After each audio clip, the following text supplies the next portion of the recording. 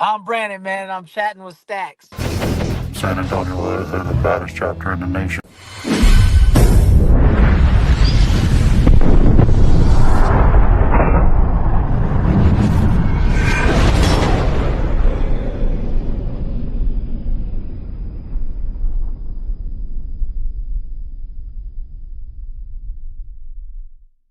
Welcome to this episode of Chatting with Stacks. I'm your host, Bill Stacks, and today I got Loco. What's up, man? One time, because most of these cats swing their thing around acting like the cock of the walk anyway. So it's going to turn off 99.9% of people first day. So just to get past this point, then to get hit, and then to be a bandit and still get hit. I don't know how many brothers that I seen that were 10 years plus in the club be a prospect all over again. Then you just take their Presidents. patch and make them a They take prop. all their patches back, make them prospect again. Who will do that? The whole And then they'll club as make a their whole? new patches their president. So it's about an embarrassing thing. It's a slavery type of slavery.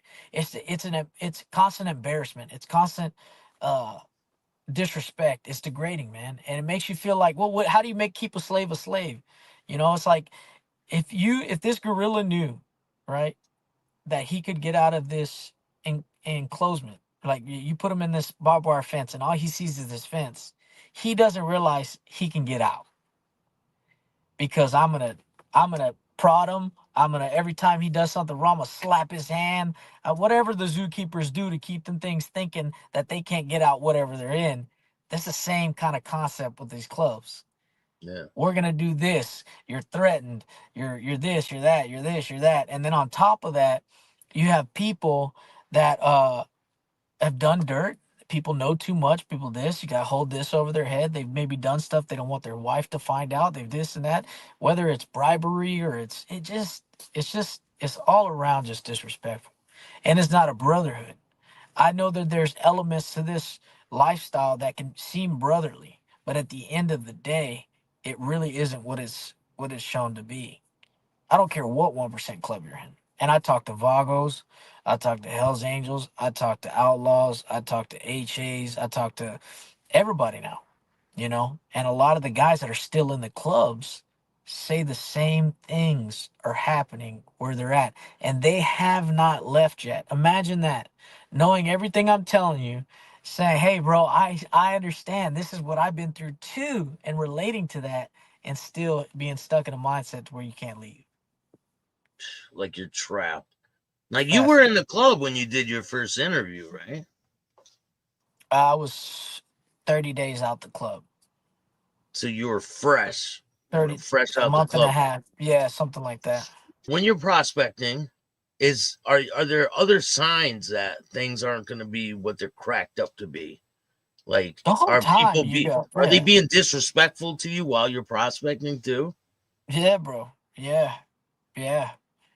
It's like an extreme, it's a violent type of hazing. If I can, it's like this college frat hazing turned up to this really weird cynical level to where you're constantly being degraded and humiliated. My former club, the way they used to put due process prospects, and a lot of people don't know this, but maybe you can understand where these morons are coming from, is they used to all take a big shit in these buckets, in these big tubs, water trough tubs, and every member, full patch member, would piss and shit inside these tubs, and in order to patch in, you have to be submerged inside the member's shit and piss.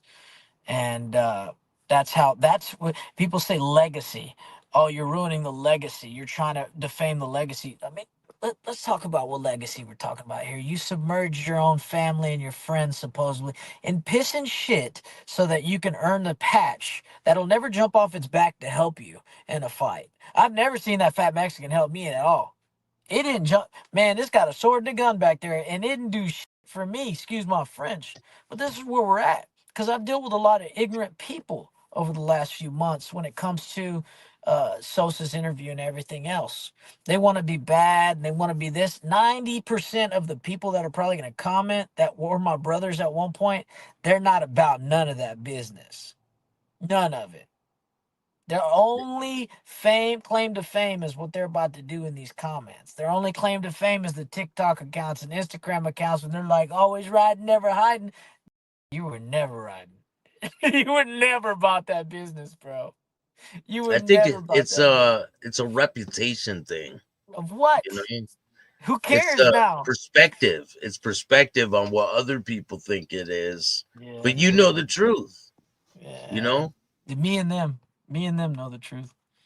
Me and them know the truth. I rode all this entire United States on my motorcycle by myself. Cause guess what? When you call a brother, your brother to come ride with you, oh man, I gotta shut your mouth. yeah. And I What didn't. other type of treachery have you seen being in this club? Like, has there What? been times when you needed people and you were involved with something and they Oh didn't show yeah, up? Like, man. Look. I know what you're alluding to, but yeah, man. So uh, me and Mikey Cup had an issue at Harley Davidson, and he didn't cause the issue. Mikey is the founder of Beast, right? And he didn't have an issue when I walked in. I had the issue. I wanted to make a scene. I wanted to beat him up and get mine, right? And embarrass him because there was a story that I was told that Mikey walked in on our national president at a Harley. And you can look it up for yourselves if people could do their own research. And that president of our club or VP or whomever caught P and ran out the back door. Yeah, they pulled up on him, said, "Hey, we're fighting one on one. Mikey did this, and this is verifiable from brothers all over the place." And our guy caught P and ran out the back from Mikey. That's just the truth. So I was told this from hang around on up. So whenever I had my chance, I wasn't leaving. You could yeah, have me. yeah, I'm gonna fix this, right? I was trying to fix this. I was trying to make myself known. I was being ignorant and stupid. Nothing that I suggest for anybody to do. I was being a fool. Why would I? Please don't get me started on why would I lose my life for such a irrational, ridiculous lifestyle that makes zero sense and benefits zero people on the planet. There is no benefit to these kind of lifestyles. I don't care what gang you're in. There's nothing you can tell me that's gonna make me believe that it's worth it. Make sense? 100%. So I go inside, and Mikey's with two people. He was with a patch holder and I believe a prospect. I'm not sure. Patch holder for sure. They're in their cuts. And Mikey, on his cut, I noticed it said Chaplain. Like it says Chaplain on it, you know? And I'm like, this guy's the national, president, founder. It says Chaplain. And he had just got released from prison not too long ago. So when I got in there and the Harley guy was telling me not to come in, and I was like, no. I got on my bike, got off my bike, ran into the store. So I beelined it to him, and they went, and Harley started hollering at me, you know. And if they don't, no one believes it, call Harley. You know what I mean? Call Mikey. Call him. Ask him, hey, this little dude. Call the feds. Everybody knows about it. So it was stupid. It was so everybody knows about it, and everybody was there except my brothers. You know what I'm saying? So it was like, the only person that was with me was a brother I prospected with, and he stood on business right there next to me when he showed up, and he showed up after the fact. Prospect. Oh, so it Oh, already this was my whatever. brother of all brothers, and a support guy just so happened to be in the other room when Mikey was making a phone call to all his guys. His guys did show up, but in Mikey's defense, he came up to shake my hand. He wanted to shake my hand and be cool. And like, if you don't call, I won't call. To my defense, he had already called. That was the only say I'm giving this cat props, but he said, hey, if you don't call, I don't call. I But he believe already called. But he already called. I believe he already called because those guys showed up like really quick. So it just didn't add up. I can't call him a liar, but I will say I get a lot like he was the bigger man. I'm like, man, y'all don't know this guy. He's smart. This is Maybe he had that alert button. Like, farts.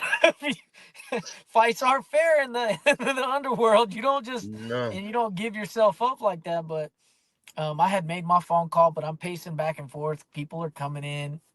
Other patch holders, other support clubs are coming in to help them. So what And happens when they come in? What happens with you? What do you do? I'm going back and forth, talking smack. I'm waiting. I only had a revolver on me at the time, so he had already left. I'm cussing him. Um, he's standing there just looking at me like I'm dumb. And he's hollering, I already did time for this, because I'm screaming, you killed my brothers. And I said, don't come. You come. I told him, don't come close, because that 3 guys at first. I said, don't come close to me, Mikey. Better stay the F back, this, that, and the other. Yep. The only advice I got from my club was make sure if you got to shoot somebody, the cameras can see you. So, but What? if I see if I would have shot him like an idiot, we both know they'd have just killed me. I mean, 100%. Yeah. you had all these dudes in here. What am I gonna do? All right, we're going together. I don't want to die with you. But what do you do in that position? For number one, I put myself in that position. Number two, I realized a lot that day. Number three, dude, I had brothers that were like, I said, where the F were you? That were in my area. Man, we were on the bridge. I had a sniper rifle. I was looking. I was waiting. No, you weren't.